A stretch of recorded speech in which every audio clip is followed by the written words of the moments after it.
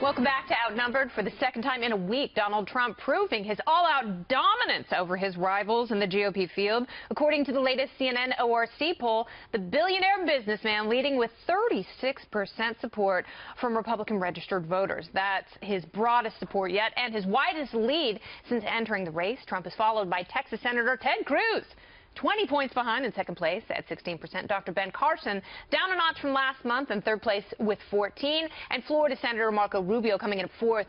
He's got 12%. And with all the other candidates, they're only in single digits. And also in the same poll, 52% say Trump has the best shot of any GOP candidate to win the 2016 general election. The results following a Quinnipiac University poll earlier this week, and also showing a big shift to Trump over Carson, Cruz, and Rubio. And I will ask you, Stephen Hayes, what does this mean for the race? What does this mean for the GOP? What does this mean for rationality? I'm telling you, Trump is going down next week. He's not going to be meeting tomorrow. Look, I don't know. I have no idea. I mean, I do think that there is a partial explanation for this in the post-Paris days when voters are looking for clarity. And I would argue that it's often clarity not based on fact, not based on reason, not based on logic, but it's clarity nonetheless. And I would expect that after San Bernardino, we're likely to see another bump from Trump. I totally disagree with possible. you. It's about the fact that he is willing to do anything. I mean, he's made it clear that he's not going to mince words, that he would jump in and do whatever it took to protect people, whatever that means. I mean, that's the impression that people out there are getting. It's not a lack of rationality. It's that they feel like he's not going to stand on, you know, whatever, ceremony, PC-ness. Right. No. Get it We're done. agreeing. We're agreeing. I'm not saying that people are embracing a lack of rest. Well, in a sense they are. But I'm saying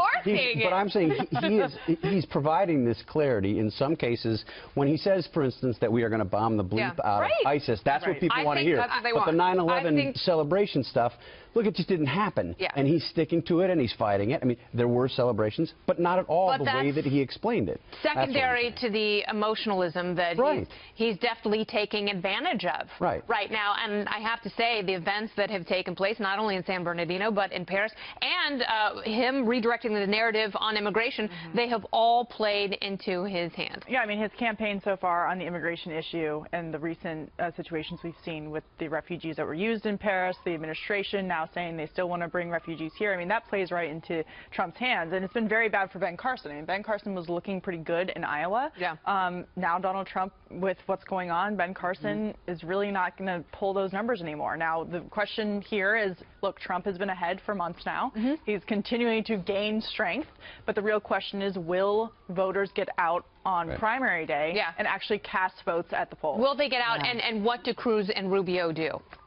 Well, I think Cruz and Rubio, I think they'll probably continue to do what they're doing. But on the Trump point, you know, even though some of his solutions seem unrealistic, they put anyone who's against him in this defensive crouch of, no, we can't do that. So when Trump says, let's build a wall, all the other candidates look weak by saying, no, we can't do that. And people don't want to hear that.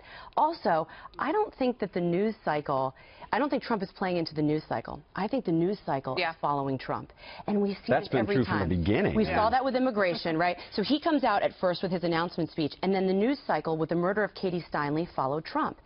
Same thing with the refugees. Trump was the first one to come out very hard on the refugees. Other candidates, a little bit mealy-mouthed. Now we see they're toughening their stance. A little too late. Thirdly, we see it with this one. I mean, Trump comes out and talks about these Muslims celebrating. Then there's this Pew study this week showing that there is sympathy for Muslim attacks in this country. So even though maybe Trump wasn't 110% accurate, people still do believe that there are Muslims in this country. But he's also been, I mean, we should be clear, he's also been on both sides of the refugee question, and his supporters are willing to forgive him anything. They are willing. He's got he was on both sides of the refugee thing. It's a miracle.